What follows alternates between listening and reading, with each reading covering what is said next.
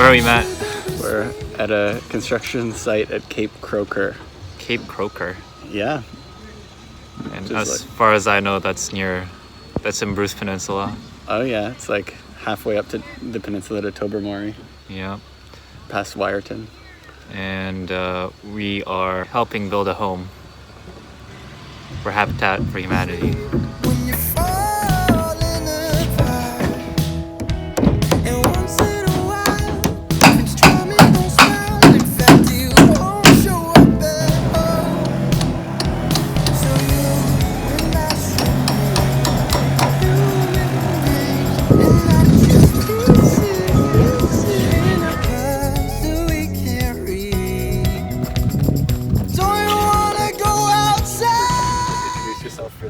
For the camera, who you are, what you do, and then we can talk a little bit about the partnership we have here between Habitat for Humanity and the community here and how that has been working out.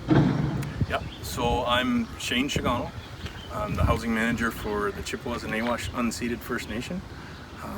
I look after all the community housing needs, our rental program, our new construction builds, basically anything to do with housing I look after. We hadn't built in our community for about 9 years. We're currently going through a major housing crisis in the community. We have overcrowding issues, we have mold issues, we have a lot of issues that we need to address right now. So one of the things that we needed to do when I came on board was that Chief and Council wanted me to think outside the box. They wanted me to attack the housing problem in a little different way. So one of the things that we had discussed at a meeting in Thunder Bay actually was a possible partnership with CMHC and Habitat for Humanity.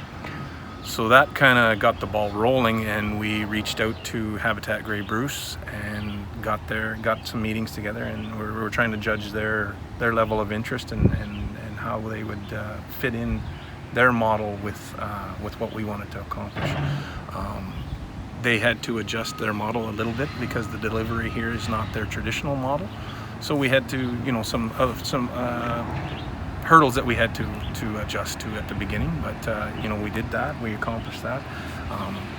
Last year was an unbelievable success. We had a pilot project, a national pilot project, it was financed through the CMHC Section 95 program.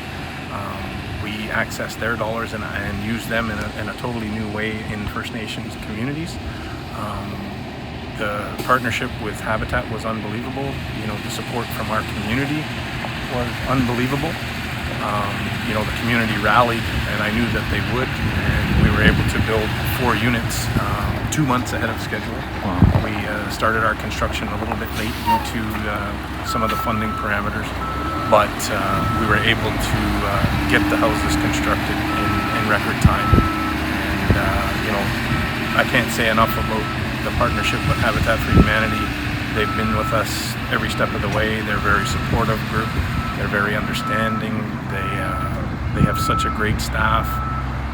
Everybody involved from the Habitat Grey Bruce side is unbelievable, and they're passionate about what they do. And it makes my job a lot easier. We're kind of aligned in our core values. My biggest concern is the children of our community, making sure that we have safe, affordable, healthy homes for our children to grow up in. And that's basically what drives me. And the Habitat for Humanity model, although we're not following their traditional model, we are bringing it in a new direction, which is a First Nation delivery, and we're getting all kinds of positive feedback from other First Nations who want to come to Neyaashiinigmiing and see what we've done here and how we did it and how they could relate to their projects in their communities. So it's not only that we're affecting and changing lives in Nawash, but we're creating a model that can be implemented across the country. So that's a little bit of the basics of what we've done here. It's so cool to hear about. I was wondering, you mentioned that initially there were some kind of hurdles because their model was a bit different than what you guys were looking for, but you were able to actually sort that out and make a productive and useful partnership. What did that kind of look like? What were the differences, and how did that play out?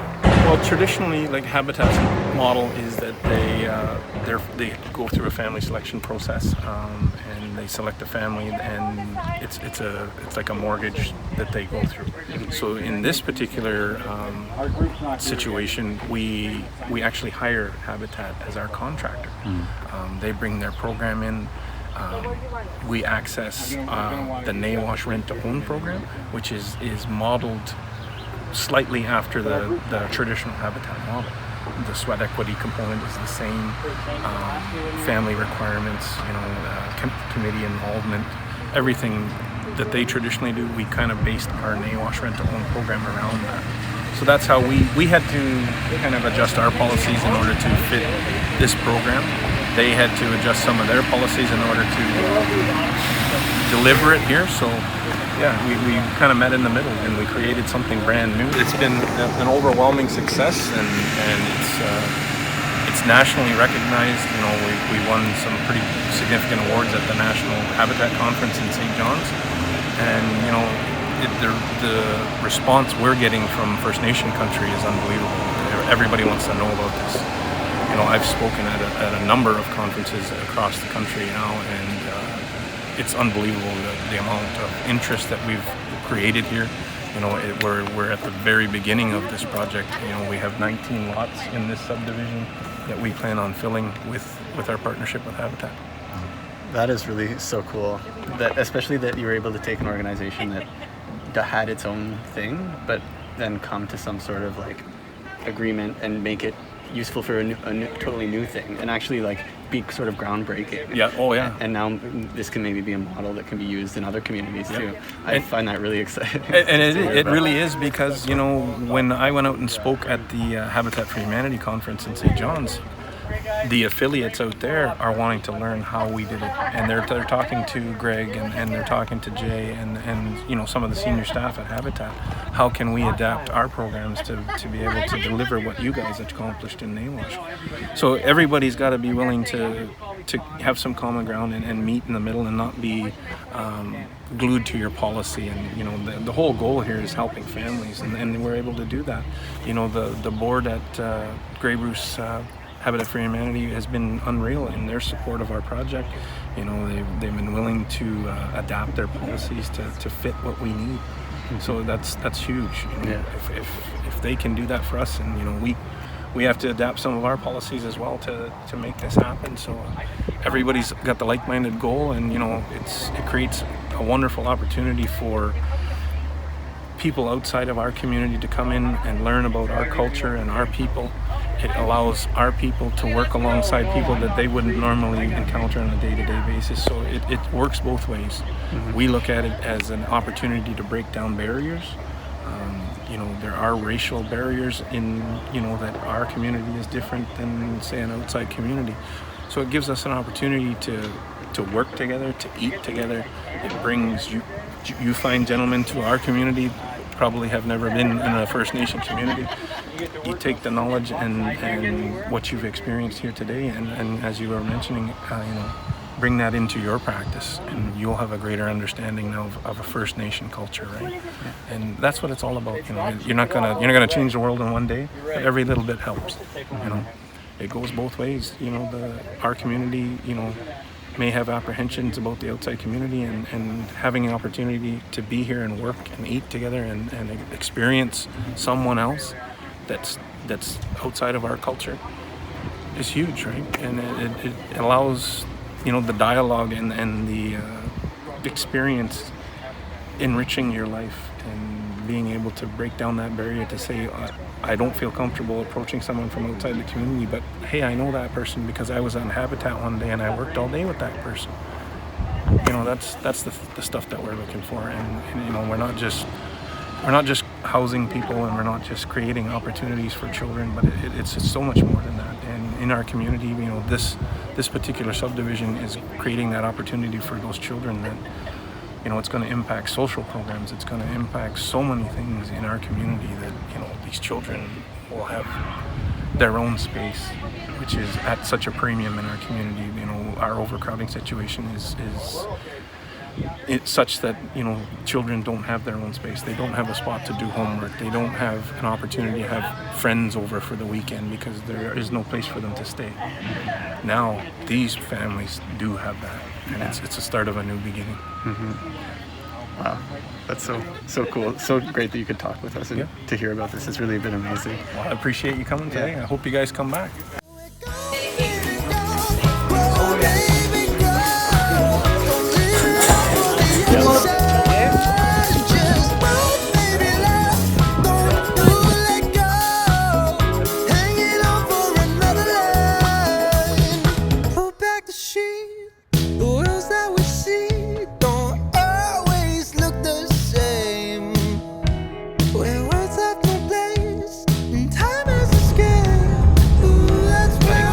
On the road, Matt. There's Matt. But yeah, we're just heading back from the habitat build in Bruce Peninsula. That was a great experience. It was. Yeah. It's just a day out in the sun. Beautiful, clean air. Really beautiful sights. Good people. Got to learn a lot about this really cool partnership that's happening. First of its kind between Habitat for Humanity and the First Nations. So that's really exciting. We're gonna head back for our gig tonight at Walker's Bar. Walker's Landing is what it's called. Walker's Landing. It's a bar in downtown Walkerton, and I guess, yeah, that's where things are popping every night. It is. Although things are popping a lot at 519 lately, Walker's is the OG spot. I see. Alright, well, we're gonna perform there and have a good time.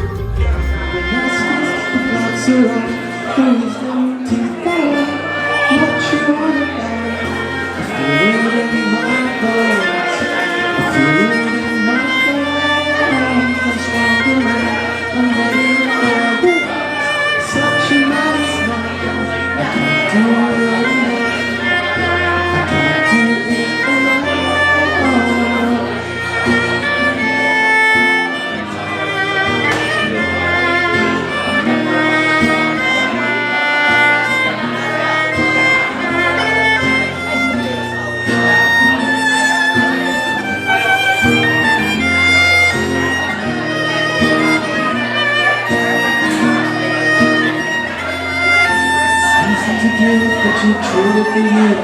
Pages and honor, it's still not the truth. These are the stars when they hear from the world.